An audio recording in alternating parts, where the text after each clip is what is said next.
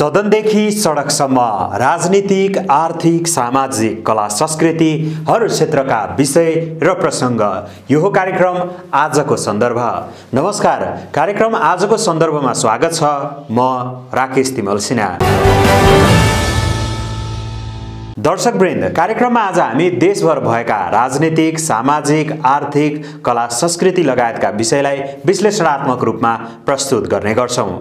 आज हामीसँग छन् टुङ्गिएन विवाद, आधिकारिकताको आफ्नै डम्फु।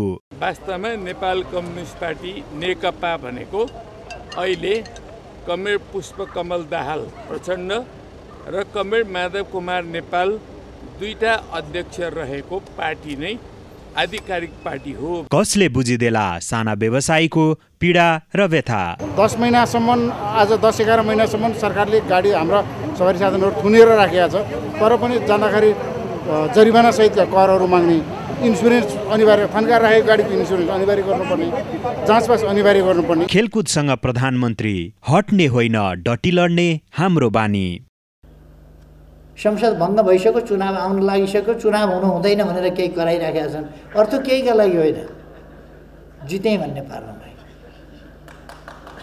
चुनावमै गएर जित्ने ठाउँ छैन, तर चुनावमा गएर जित्ने भन्दा यो चाहिँ हटाइदिन पाएदेखि, यो फिर्ता गराउन पाए मेरो जित हुन्थ्यो।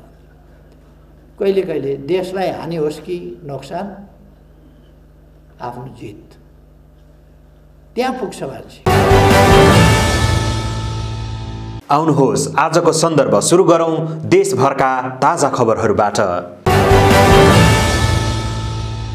नेपाल कम्युनिस्ट पार्टी नेकपा दाहाल नेपाल पक्षले निर्वाचन आयोग समक्ष पार्टीको आधिकारिकता दाबी गरेको छ। मंगलबार नेकपाका अध्यक्ष द्वय पुष्पकमल दाहाल प्रचण्ड र माधव कुमार नेपाल, वरिष्ठ नेता झलनाथ खनाल लगायतको नेताहरूको टोली निर्वाचन आयोग पुगी नेपाल कम्युनिस्ट पार्टीको आधिकारिकता दाबी गरेका हुन्। नेकपा प्रचण्ड माधव पक्षका वरिष्ठ नेता झलनाथ खनालले पार्टीको 70% भन्दा बढी केन्द्रीय कमिटी सदस्यहरूको उपस्थितिमा बसेको केन्द्रीय कमिटीको बैठकको निर्णय, तथ्य, प्रमाण र नेकपाको विधान लगायतका सबै कुरा राखेर दाबी प्रस्तुत गरिएको जानकारी दिनुभयो। पुष्पकमल दाहाल प्रचण्ड र माधव कुमार दुई अध्यक्ष रहेको पार्टी नै आधिकारिक पार्टी भनेर दाबी प्रस्तुत गरेको उहाँको भनाइ छ। निर्वाचन आयोगले पहिला दिएको पत्रमा नै हामीलाई 441 जनाको केन्द्रीय कमिटी रहेको कुरालाई स्वीकार गरेकै थियो। त्यो 441 मध्ये अत्यधिक बहुमत, झन्डै 70% हामीसँग रहेको अवस्था हामीले दुईटा केन्द्रीय कमिटीको बैठकबाट प्रमाणित गरेका छौँ। केन्द्रीय कमिटीको तेस्रो बैठक र हिजो सम्पन्न केन्द्रीय कमिटीको चौथो बैठकमा पनि त्यही स्थितिमा चाहिँ उपस्थिति रहेर हामीले निर्णय गरेका छौँ र हाम्रा सम्पूर्ण तथ्य, प्रमाण, निर्णयहरू, हाम्रो विधान सबै कुराहरूलाई राखेर हामीले दाबी प्रस्तुत गरेका छौँ। वास्तवमा नेपाल कम्युनिस्ट पार्टी नेकपा भनेको अहिले कमरेड पुष्पकमल दाहाल प्रचण्ड र कमरेड माधव कुमार नेपाल दुईटा अध्यक्ष रहेको पार्टी नै आधिकारिक पार्टी हो भनेर हामीले दाबी प्रस्तुत गरेका छौँ। दल विवादको निरूपण नभई कुनै पनि चुनाव सम्पन्न हुन नसक्ने भन्दै वरिष्ठ नेता खनालले दलको विवाद समाधान गर्नु निर्वाचन आयोगको पहिलो प्राथमिकता रहेको बताउनुभयो। दल ऐनमा टेकेर आयोगले पार्टीको निर्णय र विधानको आधारमा ठोस निर्णय गर्नुपर्ने उहाँको भनाइ छ। पार्टीको आधिकारिकता आफूहरूले पाउने विश्वास उहाँले व्यक्त गर्नुभयो। दलहरूको बारेमा निरूपण नभइकन कुनै पनि चुनावहरू सम्पन्न हुन सक्दैनन्। दलहरू नै निर्वाचनका मुख्य खेलाडीहरू हुन्। ती खेलाडीहरूलाई तयार नपारिकन कुनै निर्वाचन हुँदैन। यो कुरा हामीले भन्दा बढी मात्रामा निर्वाचन आयोगले बुझेको छ। त्यसैले दलहरूको बारेमा अहिले जे खालको विवाद उत्पन्न भएको छ, त्यो विवादलाई निरूपण गर्नु पहिलो प्राथमिकताको कुरा हो। निर्वाचन आयोगले त्यही काम पहिला सम्पन्न गर्नुपर्छ। ऐन बमोजिम पनि त्यही काम सम्पन्न गर्नुपर्छ र त्यसरी नै उसले गर्दैछ भन्ने कुरामा हामी विश्वस्त छौँ र सबभन्दा पहिला यो विवादलाई हल गरेर त्यसपछि खेलाडीहरूलाई ल आउनुहोस् खेल्न भनेर निर्वाचन आयोगले आह्वान गर्नुपर्छ। नेपाल कम्युनिस्ट पार्टी नेकपा प्रचण्ड माधव पक्षका नेता राजेन्द्र पाण्डेले पार्टीको विधान बमोजिम 25% केन्द्रीय कमिटी सदस्यले बैठक माग गरे अनुसार सोमबार बैठक बसी सो बैठकको निर्णयअनुसार निर्वाचन आयोगमा आधिकारिकता दाबी गर्न आएको बताउनुभयो। 275 जना केन्द्रीय कमिटी सदस्यहरूको हस्ताक्षरसहित निर्वाचन आयोगमा पार्टीको आधिकारिकता दाबी गरिएको उहाँको भनाइ छ। हाम्रा 25% केन्द्रीय कमिटीका सदस्यहरूले हाम्रो यही निर्वाचन आयोगमा पेश भएको विधान बमोजिम नै केन्द्रीय कमिटीको बैठक इमर्जेन्सी बोलाउन लगाए सदस्यले। त्यही बैठक त्यसैको आधारमा हिजो बैठक बस्यो र त्यही बैठकको निर्णयअनुसार हामी यहाँ आयौँ र माघको 12 गते निर्वाचन आयोगले दिएको जो पत्र छ त्यो पत्रमै आधारित भएर हाम्रो अब दाबी गर्ने पिरियड सुरु हो भनेर हामीले त्यो दाबी गरेको। नेता पाण्डेले नेकपाको विवाद निरूपण नगरी निर्वाचनको अन्य कार्यक्रम नहुने बताउनुभयो। प्रधानमन्त्री केपी शर्मा ओलीले आगामी वर्षदेखि विद्युत किन्नुपर्ने स्थितिको अन्त्य हुने बताउनु भएको छ। प्रधानमन्त्री ओलीले नेपाल सरकार र नेपाल विद्युत प्राधिकरणको संयुक्त लगानीमा निर्माण सम्पन्न नेपालको पहिलो 400 केभी सबस्टेसन र 220/132 ढल्केबर सबस्टेसनको उद्घाटन गर्दै आगामी वर्षदेखि विद्युत किन्नुपर्ने स्थिति अन्त्य हुने बताउनु भएको हो। भारत र बङ्गलादेशसँग विद्युत बिक्रीका लागि गम्भीर छलफल भइरहेको उहाँको भनाइ छ। वर्षायाममा हामी आफै बिजुली यति उत्पादन गर्छौँ जहाँ हाम्रो बिजुली खपत गर्न मुस्किल हुन्छ। अब हामीले विद्युत बिक्री गर्ने समयतिर जाँदैछौँ। अर्को सालबाट हामीले विद्युत किन्नु नपर्ने स्थिति बन्छ। 79-80 सालमा पुग्दा हामीले कुनै पनि सिजनमा बिजुली किन्न पर्दैन, हामी बिजुली बिक्री गर्ने मात्रै हुन्छ, बिजुली किन्नु पर्दैन। अब हामी भारतलाई बिजुली बेच्दैछौँ, बङ्गलादेशलाई बिजुली बेच्दैछौँ र विद्युत बिक्री सम्बन्धमा हामी छलफलहरू गम्भीर रूपमा चलाइरहेका छौँ।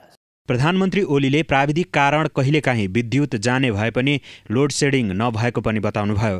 प्राविधिक समस्या समाधानका निम्ति सबस्टेसनहरू बनिरहेको पनि जानकारी दिनुभयो।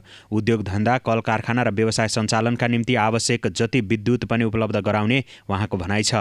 ऊर्जा, जलस्रोत तथा सिँचाइ मन्त्री टोपबहादुर रायमाझीले ऊर्जा क्षेत्रको आगामी चुनौती सामना गर्न विद्युत उत्पादन हुँदै गरेको बताउनुभयो। टनकपुर, बुटवल र अन्य क्षेत्रबाट पनि भारतसँग विद्युत आयात र निर्यातको काम गर्ने उहाँको भनाइ छ।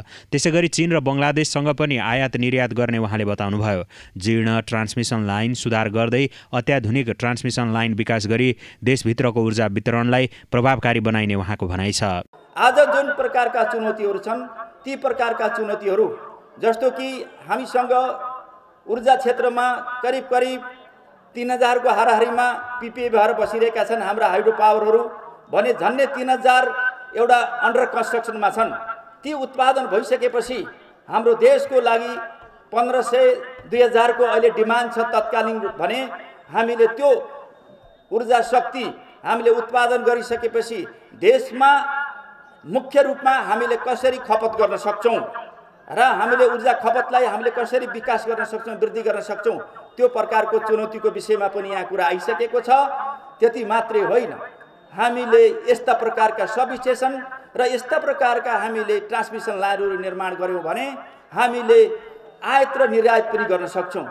हाम्रो छिमेकी मुलुक भारत, बङ्गलादेश, पाकिस्तान लगायतका देश र उत्तरको चाइनासँग पनि ठूलो व्यापार गर्न सक्छौं। हाम्रो दलसुरको धनी देश नेपालबाट हामीले काफी मात्रामा ठूलो पैमानामा हामीले ऊर्जामा विकास गरिसकेपछि, इनर्जी पैदा गरिसकेपछि यो ट्रान्समिसन लाइनबाट यहाँ आइ पनि सकेको छ। करिब 1000 देखि 1200 मेगावाट हामीले ल्याउन पनि सक्छौं, आयात पनि गर्न सक्छौं र निर्यात पनि गर्न सक्छौं। यसले ठूलो सेवा पुर्याउँछ। त्यसकारणले अरु टनकपुरदेखि बुटवलदेखि र अन्य क्षेत्रबाट पनि हामीले इन्डियासँग यो कनेक्टिभिटी ट्रान्समिसन लाइनहरू निर्माण गरेर हामीले विद्युत आयात र निर्यातको कामहरू हामी गर्नेछौँ। चाइनासँग पनि त्यो व्यवस्था गर्नेछौँ र करिब हाम्रो सोचमा बङ्गलादेशसँग पनि डेडिकेटेड लाइनहरू चाहिँ निर्माण गरेर सकेसम्म त्यसको लागि पनि कोसिस जारी रहनेछ। देशमा 1 सेकेन्ड पनि विद्युत नजाने व्यवस्थाको लागि राज्य लाग्ने मन्त्री रायमाझीले बताउनुभयो।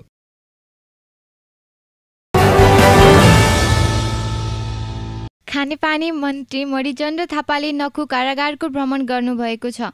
मन्त्री थापाले मङ्गलबार नखु कारागारको भ्रमण गरी त्यहाँको पानी र सरसफाइको समस्याको बारेमा जानकारी लिनुभएको हो। कारागार प्रशासन र कैदी बन्दीको आग्रह अनुसार भ्रमणमा आएको मन्त्री थापाले बताउनुभयो। करिब 2000 को हाराहारीमा रहेका कैदी बन्दीहरूलाई एउटा मात्रै धाराको पानीले व्यवस्थापन भइरहेको भन्दै उहाँले पानी र सरसफाइको व्यवस्थापन गर्नुपर्ने आवश्यकता महसुस गरेको पनि बताउनुभयो। विशेष गरेर 2000 जति कैदी बन्दीहरू हुनुहुन्छ। ती कैदी बन्दीहरूलाई एउटा धाराको पानीले मात्र व्यवस्थापन भइरहेछ। दोस्रो 3टा ट्याङ्करहरूले चाहिँ उहाँहरूले आफै व्यवस्थापन गरिराख्नु भएको छ। दोस्रो अब फोहोर पनि धेरै फोहोरहरू जम्मा भइरहेछ। त्यो फोहोरलाई अहिले नगरपालिकाले व्यवस्थापन गरेको छ। त्यसको चाहिँ जनरल रिपोर्ट मैले प्रत्यक्ष पनि मैले देखेँ र यहाँको कारागारका प्रशासनका साथीहरूले एउटा पत्र मलाई दिनुभएको छ। यसको बारेमा थोरै व्यवस्थापन होस् भन्ने दिनुभएको छ। म मन्त्रालयमा का सबैसँग सल्लाह गरेर यहाँको व्यवस्थापन गर्नुपर्ने आवश्यकता चाहिँ मैले महसुस गरेँ, सफाइको बारेमा र पानीको बारेमा। मन्त्री थापाले नखु कारागारमा विप्लव समूहका नेता हेमन्त प्रकाश ओली सुदर्शनलाई पनि भेट गर्नुभएको छ। ओली आफ्नो पुरानो साथी भएकाले भेटेको उहाँको भनाइ छ। कारागार सफाई तथा अन्य व्यवस्थापन के कस्तो छ र सुधार गर्नुपर्ने के छ भन्ने विषयमा मात्रै कुराकानी भएको र अन्य राजनीतिक विषयमा कुनै कुराकानी नभएको उहाँले बताउनुभयो।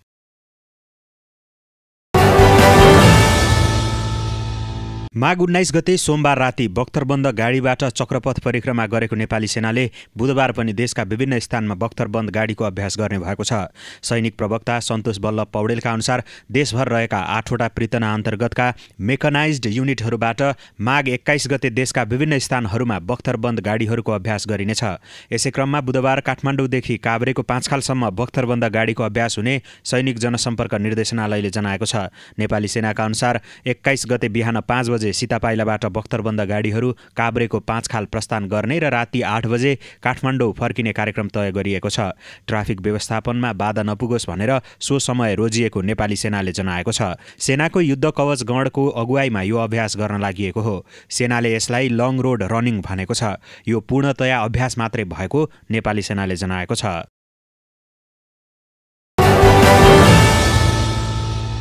काठमाडौँ महानगरपालिकाले कमल पोखरी निर्माण कार्य गुरु योजना अनुरूप नै भएकाले विरोध गर्नुपर्ने कारण नभएको बताएको छ। मङ्गलबार सञ्चारकर्मीसँग कुरा गर्दै काठमाडौँ महानगरपालिकाका प्रमुख प्रशासकीय अधिकृत राजेश्वर गेवालीले कमल पोखरीको संरक्षण गर्नका लागि गुरु योजना बनाएर निर्माण कार्य गरिरहेको र कमल पोखरीको जग्गामा अनाधिकृत रूपमा बनाइएको स्पोर्ट्स क्लब र राधे राधेको भवन हटाएकाले त्यसको विरोध गर्नुपर्ने कारण नभएको बताउनुभयो।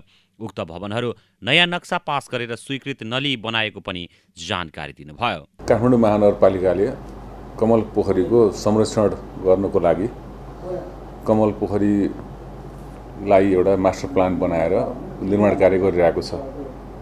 सो निर्माण कार्य गर्दाखेरि सो पोखरीको वरपर रहेका एउटा चाहिँ महानगरीय प्रहरीको त्यहाँ एउटा वृत्त थियो, अर्को ट्राफिक प्रहरीको थियो। त्यसै गरी त्यहाँ चाहिँ एउटा स्पोर्ट्स क्लब र अर्को राधे राधेको भवन पनि थियो, जुन पोखरीको क्षेत्रभित्र आफ्नो पूर्जा नभइकन पनि निर्माण भएका अवस्था थिए। र 2076 सालको असाढ महिनामा जब हामीले निर्माण सुरु गर्यौँ, त्यो निर्माण सुरु हुने क्रम अगाडि बढ्दै गएपछि अब अहिले त्यो अन्तिम चरणमा आइपुगेको छ। करिब 70% काम सम्पन्न भइसकेको छ। त्यो 70% काम सम्पन्न भइसकेपछि अब त्यो मास्टर प्लान अनुसारको सम्पूर्ण कामहरू सक्नको लागि हामीले चाहिँ नेपाल प्रहरी र ट्राफिक प्रहरीलाई अनुरोध गरेर त्यहाँबाट चाहिँ हट्नुस् भन्यौँ। उहाँहरू हट्नुभयो। त्यसै गरी स्पोर्ट्स क्लब र त्यो अर्को राधे राधेको भवन पनि त्यो मास्टर प्लानभित्रै परेको र त्यो चाहिँ अनधिकृत निर्माण भएको भन्ने हामीलाई चाहिँ सूचनाहरू हामीले चाहिँ प्रतिवेदन प्राप्त गरिसकेपछि त्यसलाई चाहिँ महानगरपालिकाले हटाएको हो। त्यो जुन बेला उहाँहरूले बनाउनु भयो त्यो नक्सा पास गरेर स्वीकृति लिएर बनाएको होइन र त्यो उहाँसँग फिलहाल पूर्जा छैन। त्यो रानीपोखरी क्षेत्रभित्रकै जमिनमा बनाएको हुँदाखेरि महानगरपालिकाले यसको संरक्षण, यसको चाहिँ प्रवर्धन, यसको चाहिँ यसको निर्माण कार्य गर्दाखेरि त्यो संरचनाहरू चाहिँ हाम्रो मास्टर प्लानभित्र पर्न आए। त्यो पर्न आएपछि त्यसलाई स्वाभाविक रूपमा हामीले हटाएको हो, त्यसमा विरोध गर्नु पनि कुनै कारण छ जस्तो लाग्दैन। कमल पोखरीको जग्गामा बसिरहेको नेपाल प्रहरी र ट्राफिक प्रहरी पनि काठमाडौँ महानगरपालिकाको अनुरोधमा छोडेको उहाँको भनाइ छ। स्पोर्ट्स क्लब र राधेराधे भवन अनाधिकृत रूपमा निर्माण भएको सूचना तथा प्रतिवेदन महानगरपालिकाले प्राप्त गरेपछि त्यहाँबाट उक्त भवन हटाइएको प्रमुख प्रशासकीय अधिकृत गेवालीले बताउनुभयो। सहज ढङ्गले व्यवसाय गर्ने वातावरण बनाइदिन माग गर्दै कोरोना महामारीबाट पीडित विभिन्न पेशा तथा व्यवसायीहरू सङ्घर्षमा उत्रिएका छन्। मङ्गलबार बालुवाटारमा सडक प्रदर्शन गर्दै कोरोना महामारी पीडित विभिन्न पेशा तथा व्यवसायीहरू सङ्गठित रूपमा सङ्घर्षमा उत्रिएका हुन्। लकडाउनका कारण ग्यारेजमा थन्किएका सवारी साधन जाँचपासमा 2600% जरिवाना गरिएको प्रक्रिया पूरा गरे पनि पर्यटकलाई एराइभल भिसा नखोलेको तथा निम्न मध्यम र मध्यम वर्गका व्यवसायीले पुनर्कर्जा र व्यवसाय निरन्तरताका लागि सहुलियत कर्जा नपाएको भन्दै व्यवसायीहरू आन्दोलित भएका हुन्। मौद्रिक नीतिमा साना व्यवसायलाई नसमेटिएको तथा बैंकको अन्य अत्याचार बढेका कारण आन्दोलनमा आउनु परेको व्यवसायीहरूले बताएका छन्। मौद्रिक नीति आयो, मौद्रिक नीतिमा कुनै पनि सानो व्यवसायलाई समेटिएन र 10 महिनासम्म आज 10-11 महिनासम्म सरकारले गाडी हाम्रा सवारी साधनहरू थुनेर राखेका छ।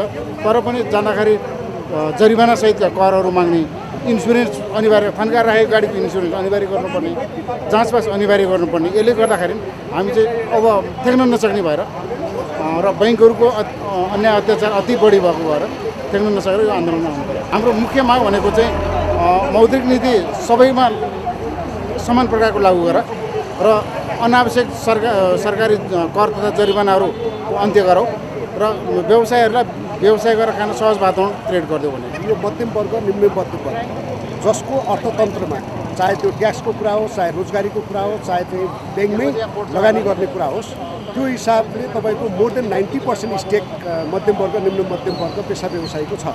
तर वास्तविकता के छ भने अहिले कोभिडको नाममा राष्ट्र ब्याङ्कले जुन यो चाहिँ के अरे सहुलियत दरको कर्जा भनेर वितरणको हिसाबले 1 खरब 48 अरबको हाराहारीमा जुन गरेको छ, त्यसमा चाहिँ जस्तो यो लघु आयोजनाहरू भनेर 15 लाखसम्मको जुन सिलिङ राखेर गरेको छ, त्यसमा लगभग मध्यम वर्ग निम्न मध्यम वर्गकाहरूले जति उहाँहरूले प्रोसेस चाल्नुभयो, चाल्दाखेरि त्यो चाहिँ कुनै पनि हिसाबमा 3-4 महिना एकदमै त्यो अडचन यति धेरै छ कि त्यो कर्जा सम्भावितै भएन। र रियलमा त्यो कहाँ गयो त भन्दाखेरि एउटा सर्टेन वर्ग जसको चाहिँ ब्याङ्कमा डिरेक्टली उहाँहरूको चाहिँ लिडरसिप छ होइन, जसको चाहिँ के त भन्दाखेरि एउटा इलिट वर्ग भनौँ, उहाँहरू भनेको लगभग 150देखि 200 बिजनेस हाउसहरूले मोर देन 80% त्यसमा अकुपेन्सी लिनुहुन्छ भनिसकेपछि रोजगारीमा, ट्याक्समा, इभन ब्याङ्कै चल्ने कुरामा मध्यम वर्ग निम्न मध्यम वर्गको मोर देन 90% स्टेक रहने।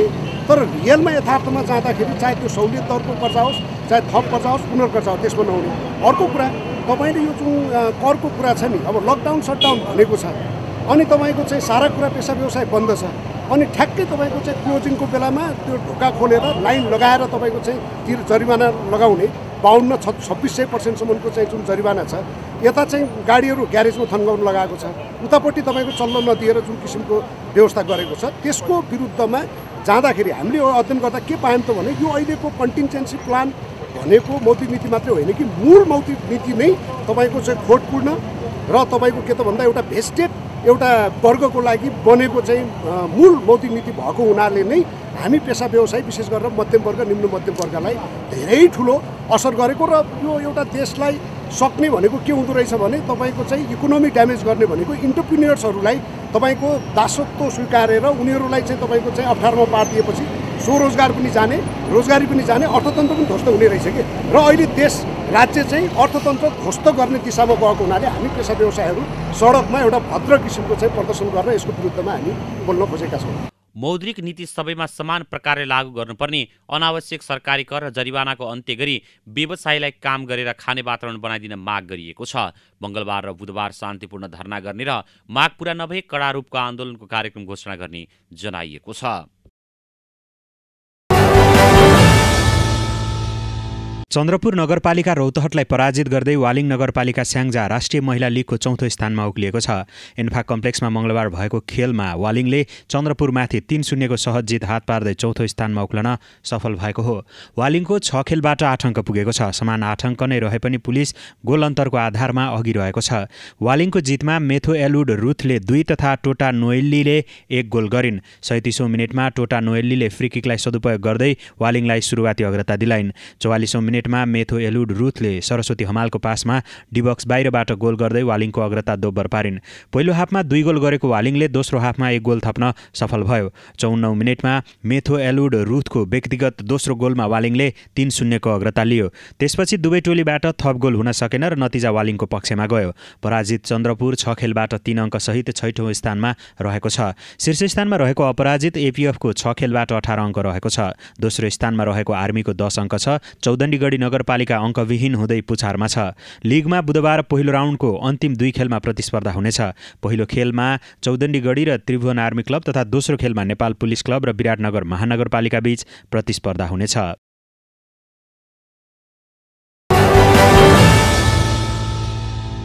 प्रधानमन्त्री केपी शर्मा ओलीले राष्ट्रिय खेलकुद परिषदलाई अन्तर्राष्ट्रिय खेलकुद प्रतियोगितामा सहभागी हुने खेलाडी छनौट गर्दा पक्षधर्ता बिना छनौट गर्न सुझाव दिनुभएको छ। राष्ट्रिय खेलकुद परिषदले मङ्गलबार काठमाडौँमा गरेको खेलकुदसँग प्रधानमन्त्री अन्तर्क्रियालाई सम्बोधन गर्दै प्रधानमन्त्री ओलीले पक्षधर्ता बिना नै खेलाडी छनौट गर्ने काम परिषदको भएको र प्रशिक्षक एवं खेलका लागि खेलाडी चयन गर्दा स्वर्ण पदकलाई मात्र प्राथमिकतामा राख्नुपर्ने बताउनु भएको हो। विगतमा जित्न सक्ने खेलाडी छनौटमा नपरेका गुनासो आएको दृष्टान्त दिँदै उहाँले पदाधिकारी र छनौटकर्ताहरूलाई तालिमदेखि खेल प्रतियोगितासम्मका खेलाडी छनौटमा भेदभाव नगर्न सुझाव दिनुभयो। उहाँले गत वर्ष नेपालले सागमा प्राप्त गरेको सफलता निकै ठूलो उपलब्धि भएको भन्दै जुनसुकै खेल पनि पदक पाउने गरी खेल्नुपर्ने बताउनुभयो। पक्ष विपक्ष पक्षधर्ता कसैको गर्नै हुन्न। राम्रो छ राम्रो छ, राम्रो छैन। यो चाहिँ यस्तो हो, त्यसकारण मैले यसलाई प्राथमिकता दिनुपर्छ भन्ने कुरै हुँदैन। खेलमा स्वर्ण पदकलाई मात्रै प्राथमिकता दिन्छौँ हामी, अरू व्यक्तिको प्राथमिकता हुँदैन। मैले पहिले पनि एक दुईपल्ट भनेको छु। एकपल्ट सरकारले साउथ कोरिया टिम पठायो खेल्नका लागि। एउटी बालिकाले ममाथि अन्याय पर्यो, म व्यक्तिगत तवरमा गएर खेल्छु, म स्वर्ण पदक ल्याउने मान्छेलाई खेल्न नदिएर नपठाएर अरूलाई छानियो, मलाई रोकियो, म आफ्नो तर्फबाट जान्छु भनेर खेलमा गइन् र उनले स्वर्ण पदक जितेर ल्याइन्। त्यस्तो जजमेन्ट आइन्दा हुनु हुँदैन। माया गर्नु आफ्नो ठाउँमा छ, तर सेलेक्सनमा भेदभाव तलमाथि हुनु हुँदैन।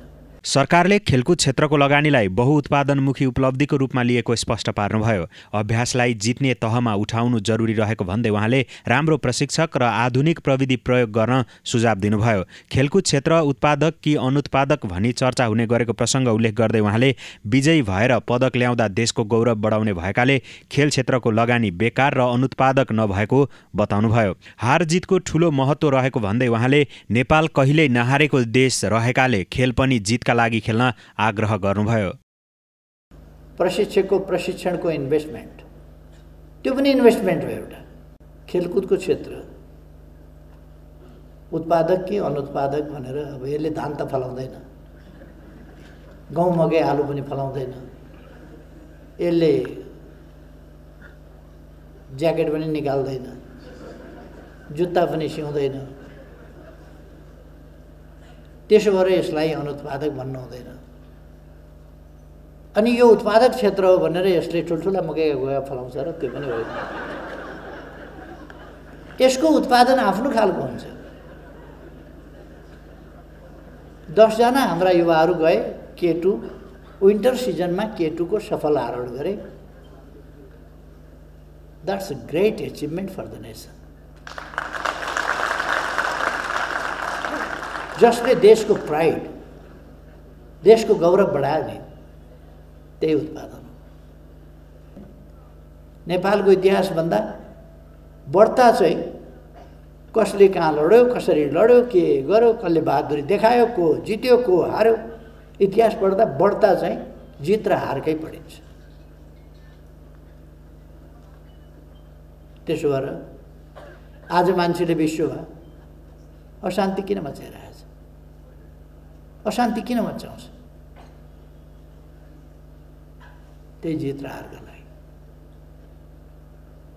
उहाँले जितका लागि अति आवश्यक, अपरिहार्य र न्यूनतम आवश्यकता परिपूर्ति गर्ने गरी सरकारले खेल क्षेत्रलाई सहयोग गर्ने प्रतिबद्धता जनाउनुभयो। पछिल्लो समय आवश्यक सामान किन्नका लागि नभई राम्रो देखिएको सामान किन्नका लागि सपिङमा निस्कने चलन देखिएको उहाँको भनाइ छ।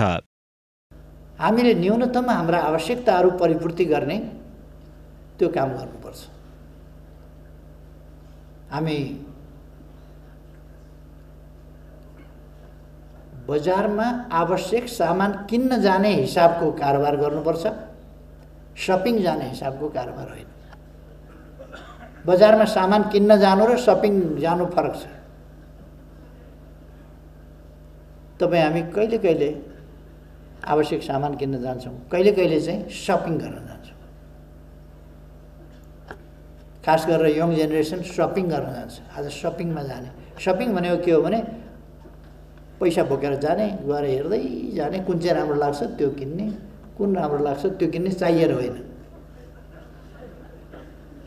भन्ने। के ल्यायो भन्दाखेरि यो किन गएको थियो भन्दाखेरि सपिङ गर्न, दाल किन्न होइन, चामल किन्न होइन, चाहिएको कपडा किन्न होइन, ज्याकेट जाडो भयो ज्याकेट किन्नु पऱ्यो हिउँदमा, त्यसका लागि होइन, राम्रो देख्यो त्यस द्याट सपिङ। हामी सपिङ, हाम्रो गभर्मेन्टले सपिङ एफोर्ड गर्न सक्दैन, तर दैनिक जीवनका लागि आवश्यक पर्ने सामान एफोर्ड गर्न सक्छ। त्यो एफोर्ड अनुसारको तपाईँहरूलाई सहयोग हुन्छ, आवश्यक सामग्रीको सहयोग पुग्छ। नेपालको भूगोल अनुसारको खेल उत्पादन गरी प्रतियोगिताहरूमा त्यस्ता खेललाई सहभागी गराउन परिषदलाई सुझाव दिनुभयो। खर्चको कमी भयो भनेर सहभागिता नै गुमाउने अवस्था आउन नदिनेतर्फ पनि सचेत हुन उहाँले सुझाव दिनुभयो। उहाँले खेल जित्ने गरी तयारी गर्नुका साथै अत्याधिक सहभागिता गराउनु पर्नेमा जोड दिनुभयो। उहाँले कोभिड-19 को संक्रमणको जोखिम न्यून हुँदै आएको भन्दै उहाँले अब अन्य क्षेत्र जस्तै खेलकुद क्षेत्र पनि छिट्टै पुरानै लयमा फर्कने विश्वास व्यक्त गर्नुभयो। उहाँले खेल क्षेत्रमा सरकारको सधैँ सहयोगी भूमिका रहने विश्वास दिलाउनुभयो। प्रधानमन्त्री ओलीले राष्ट्रिय अन्तर्राष्ट्रिय प्रतिस्पर्धामा मात्र नभई खेललाई स्वास्थ्य र सामान्य जीवनको अङ्ग बनाउनु पर्ने बताउनुभयो। खेललाई सबैले प्रतिरोध क्षमता वृद्धि गर्न र सामाजिक संस्कृति र जीवन पद्धतिको रूपमा स्थापित गर्नुपर्ने बताउनुभयो। आरोग्यता, निरोगी र स्वस्थ जीवन जिउनका लागि हरेक उमेरका मानिसहरूले आफ्नो अनुकूलका खेलहरू खेल्नुपर्ने बताउनुभयो। प्रधानमन्त्रीले विषयगत केन्द्रित भएर गरिने खेलले स्वास्थ्यलाई राम्रो बनाउने बताउनुभयो। केही कठिनाइ भए पनि खेलले मान्छेको श्रम शक्तिलाई बढाउनुको साथै बहुपक्षीय फाइदा पुर्याउने भएकाले सामाजिक व्यवहार र आचरणको रूपमा खेलकुदलाई जीवन पद्धति नै बनाउनु पर्नेमा जोड दिनुभयो। खेलकुदहरू सामान्य र विशिष्टकृत भएको उल्लेख गर्दै उहाँले राष्ट्रिय, क्षेत्रीय र अन्तर्राष्ट्रिय रूपमा नै यसलाई प्रतिस्पर्धात्मक रूपमा अघि बढाउँदै लैजानुपर्ने बताउनुभयो।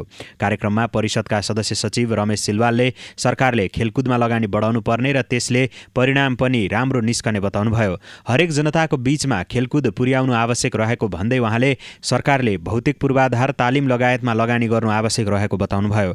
उहाँले उत्पादक क्षेत्रको रूपमा खेलमा राज्यले लगानी गरेमा आफूहरूले त्यसको सही परिणाम दिन तयार रहेको बताउनुभयो।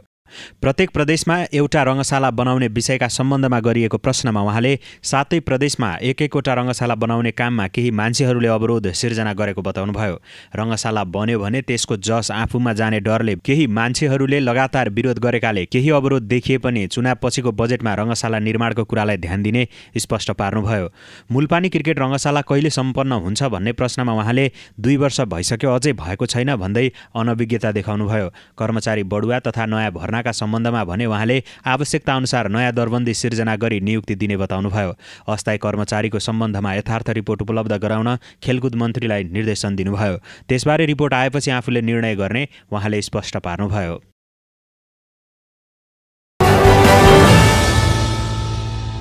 हवस् त कार्यक्रम आजको सन्दर्भ यति नै। कार्यक्रम कस्तो लाग्छ प्रतिक्रिया सल्लाह सुझाव दिनका लागि तपाईले हामीलाई फेसबुक र युट्युबमा पनि फलो गर्न सक्नुहुनेछ। कार्यक्रमबाट म राकेश तिमल सिन्हा पनि बिदा हुन्छु। हेर्दै गर्नुहोला बागमती प्रदेशको राजधानी हेटौँडाबाट सञ्चालित पहिलो satellite television national gold television. नमस्ते।